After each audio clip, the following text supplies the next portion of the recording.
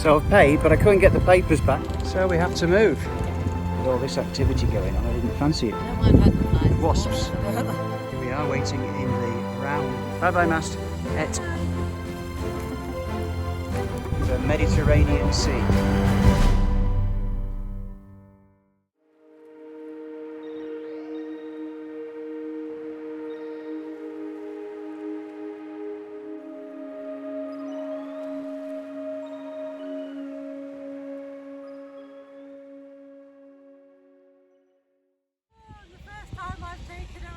First time you've taken the boat out of a mooring. Here's our story so far. We left Yorkshire, sailed south along the North Sea coast, across the English Channel into Dunkirk, then removed the sails and mast to cruise through France the long way down to the Med, via Paris, Lyon and Aigues-Mortes. At Agde, we reunited options with her mast and sails, then turned left out of the Herald River into clear salty water. We've got 3.1 knots with a wind speed of 7.7 and 10 metres of water below us. What is all that about? 10 metres of water? It's only in a lock you get that. No engine noise. And this is what Captain's been waiting for 2 years. Haven't you, pal? Well, it's been a good 2 years of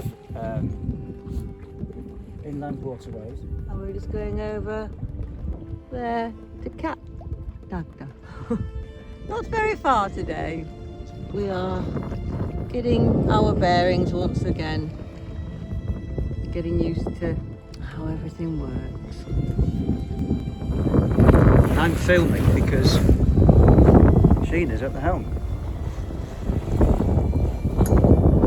And so far she's managed to get the fastest speed, 5.8 knots. Well done.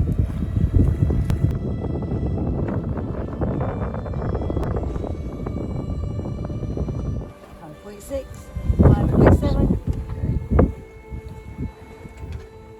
Sailing as close to the wind as we can, because the wind is in exactly the direction that we want to go for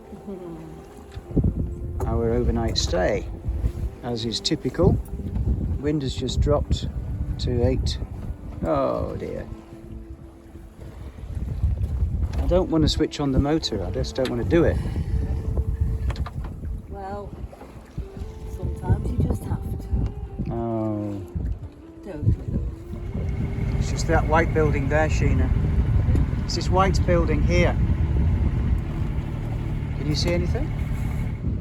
Did it say pull alongside? Yeah, I think that's what it said.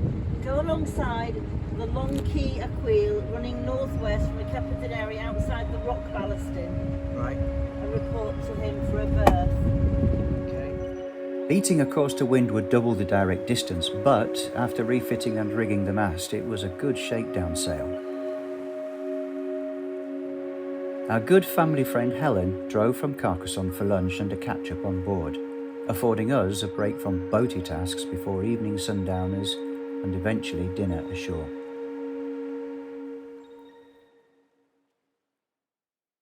Well, this is goodbye to Cap Dagda on our way to Sete. We were considering staying another night here, however the weather is deteriorating, the wind is starting to build, so we've got a window to get out and across to the next port before the real high winds batter the coast. First mate did a sterling job this morning, getting everything ready with short notice.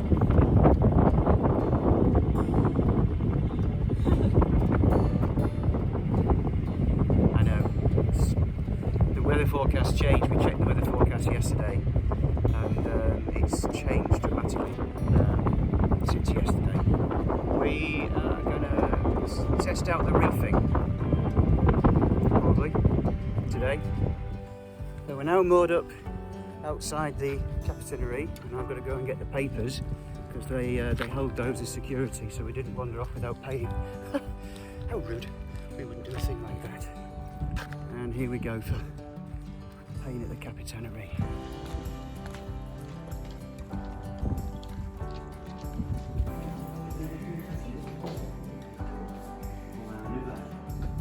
So I've paid, but I couldn't get the papers back because guess what I forgot to take with me? There's a fob for the toilets. I need to return that, and I forgot to pick it up from the boat when I went. Never mind. Well, that was rather crazy. It was an hour ago we started the engine. We haven't even left the port yet. How stupid, eh? I'll explain. So, here's the thing. Right.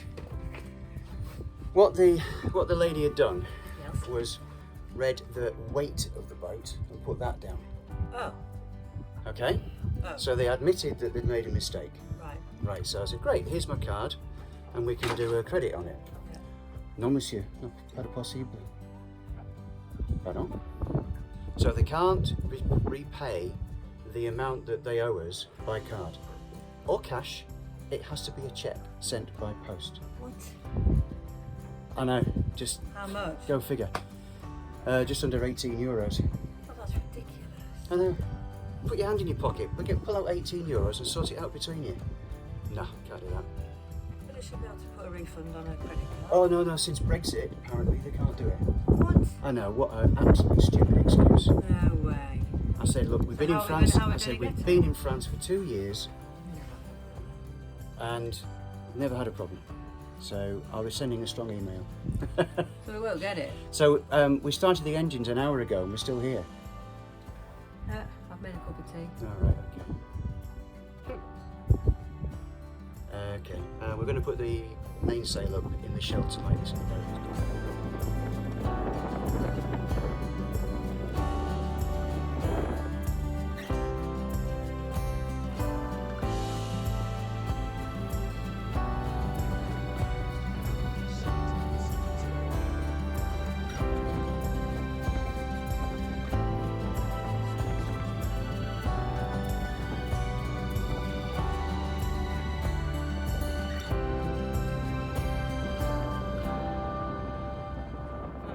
So it had quite a swift passage.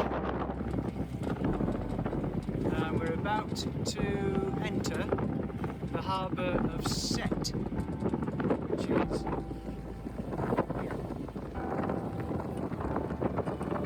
and it's gusting probably about 22, 23 knots. Drops to 18 every now and again.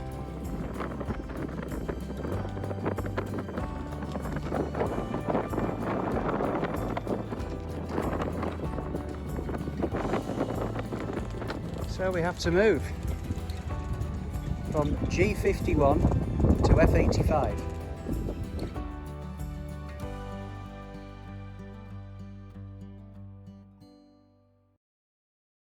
Options had suffered damage at Alamand Boatyard while entering the lift pen to replace the mast, so essential gelcoat repairs were prepared before walking out to explore Sete.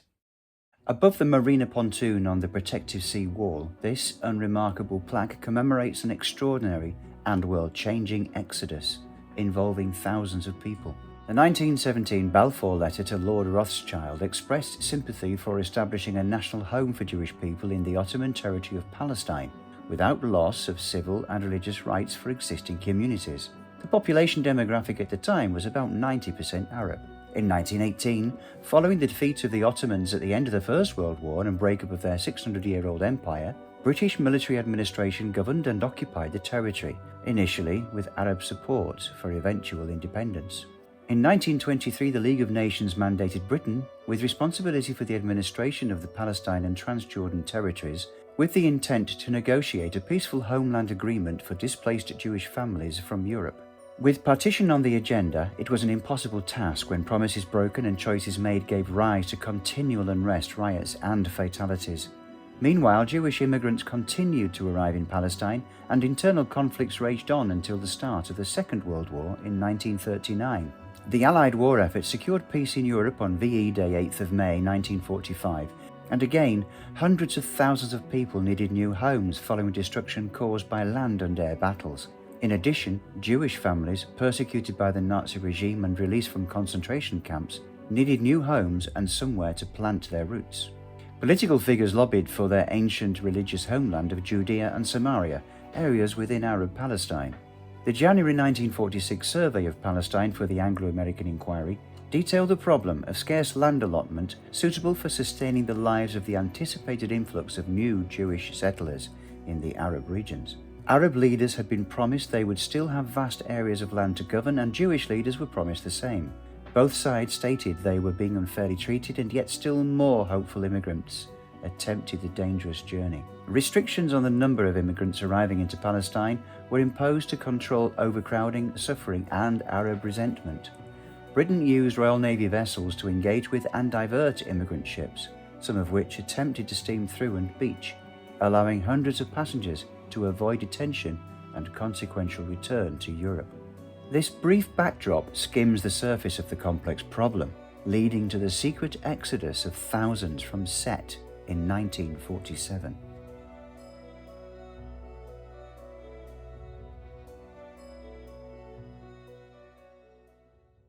Where are you?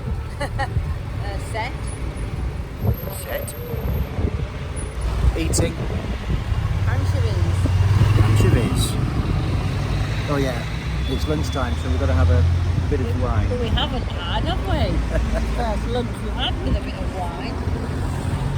I just had to fall in line with what Sheena's request was, which was to sit down and have some lunch with some wine. Truthfully, I was just going to have a coffee. But Sheena then said, yeah, but I'm going to have a rosé, so I can't just drink coffee when Sheena's drinking rosé. Of course it could. Was it mentioned about being a bit like Venice? Well, they said don't think of it like Venice, but it's all the waterways between the houses and the streets. Britain still held the League of Nations mandate for Palestine when an American-built packet steamer, the President Warfield, departed from Sete. During the previous year, this 18-year-old Atlantic convoy U-boat attack survivor was laid up in James River, Virginia, USA, and was bought by a wrecking company acting for a Jewish agent. 2 days later, she was sold to an organization funded by Zionist supporters.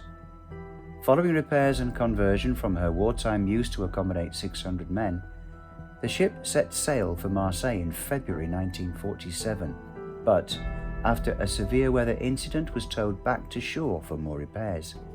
She eventually left Virginia and arrived in Porto Venere, Italy, for more refitting and bunkering, then made her way to Sete. More than 4,500 Jewish refugees travelled hundreds of miles across frontiers to board this ship. There were 2,000 passports containing visas for Colombia, so when passengers boarded for checks by sweetened French officials, the documents were collected and returned to shore to be reused. The unlikely presence of the President Warfield packet steamer raised suspicion, and when she departed France on 11th of July 1947, she was shadowed by the British Royal Navy and Air Force. On July 17th, the steamer was renamed Exodus 1947 by her captain and raised a Star of David flag. Early the next morning, 2 British Navy vessels converged on the ship, causing her collision damage in the process. 50 Royal Marines boarded and took control by force to redirect the vessel to Haifa, where passengers were transferred to 3 larger vessels for deportation back to France. Arriving at Port de Bouc near Marseille, French authorities would only allow re-entry if the refugees disembarked voluntarily. A hunger strike ensued, forcing British authorities to take them to British-controlled post-war zones in Germany. By September, the refugees were back where their journey had started, in camps for displaced persons. In November 1947, the United Nations passed the partition plan for Palestine. It was accepted by the Jewish Agency for Palestine, but rejected by the Arab Higher Committee, resulting in the Arab League endorsing a military solution to the conflict. Britain had failed in her attempt to oversee a workable solution, and following increasing negative public opinion at home, handed control of Palestine to the United Nations in May 1948. Then the First Arab-Israeli War began. The State of Israel was formally recognized in January 1949, and the remaining Exodus 1947 refugee families were transferred to Israel. Meanwhile, thousands of Arab families fled from their homes as war in Palestine spread. The packet steamer President Warfield sank and rotted away in Haifa despite proposals to restore what was said to be the ship that launched a nation. Tragically, a solution for peace is still lacking. Struggle and conflict continue.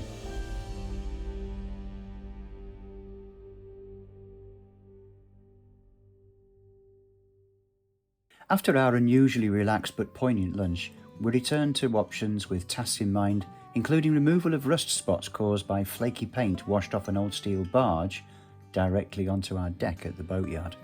Unfortunately, Sheena took a tumble on the quayside, bruising her elbow and knee. My cleaning and repairs continued as Sheena hobbled to the market for provisions. Evening on the quayside was chilly and calm.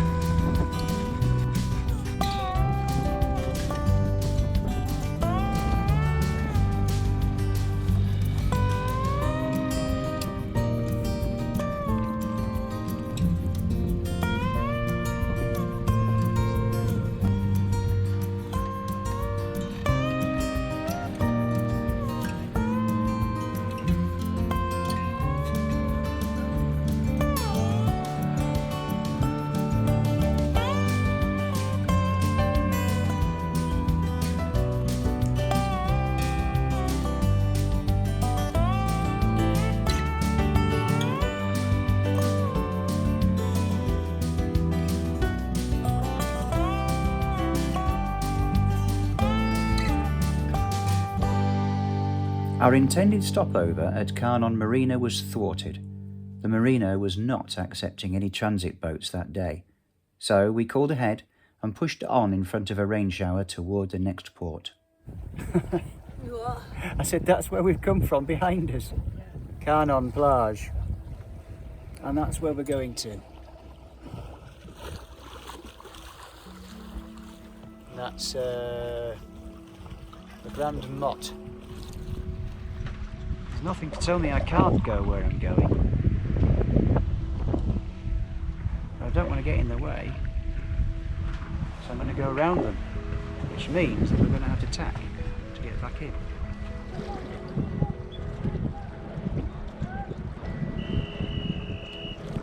So this is the Grand Mott.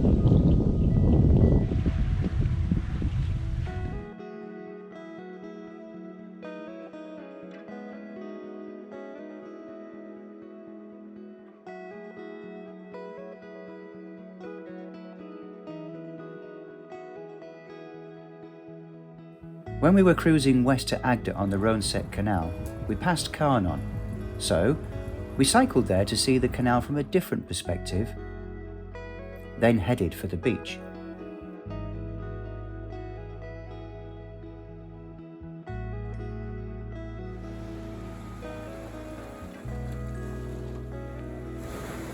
Oh, getting a bit wet. Careful. After a 20-kilometre cycle ride, we finished the day with sundowners back at Le Grand Mott.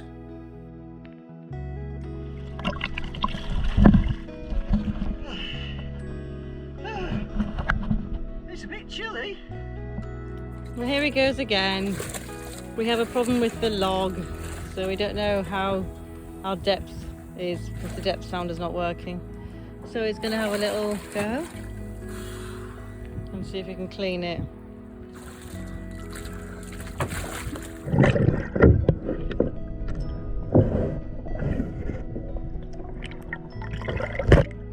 Hate this blue stuff.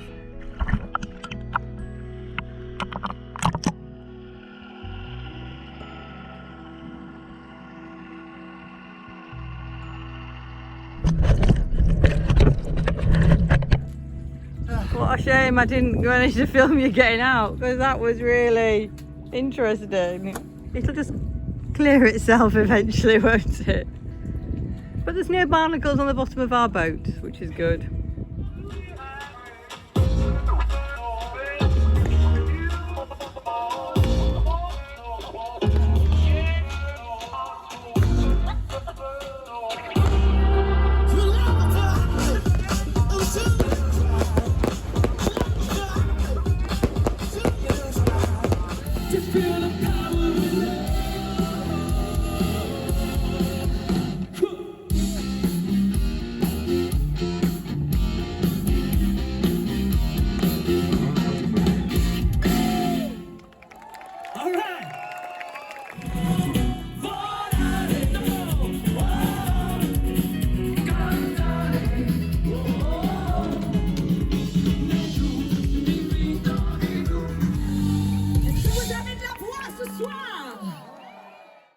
It's Sunday morning and beautiful day here in La Grande Motte, and we've got a project on this morning. It's just to check whether the inflatable tender 2 options is going to stay up if I blow it up.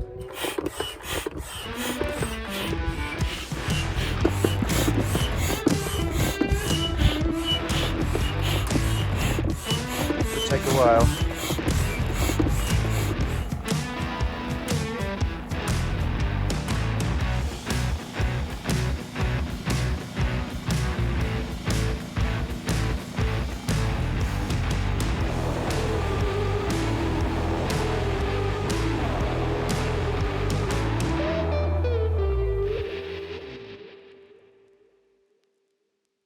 We departed La Grande Motte knowing that our plans for leaving options were finalised and there was just one chance left to enjoy an anchorage before reaching the winter port. I don't know if that was good or not. So it's a dune world. Windswept dunes.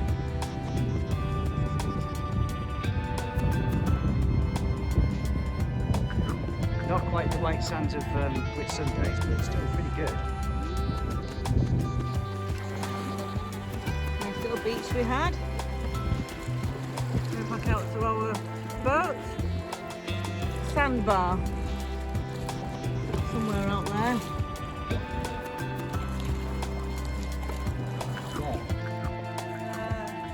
There, apparently. Yeah. In a few minutes, well, not a few minutes, in a few seconds, we'll be able to get the engine on. And this was a lovely beach with dunes and things and nudists. It was a naked man, but it's a nudist beach.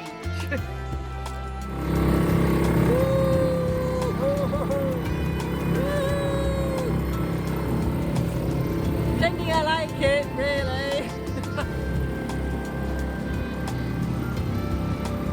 Swimming options. Woo!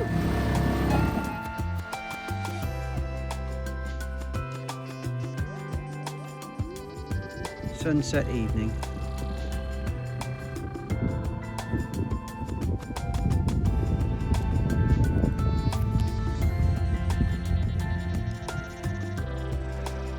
Beach.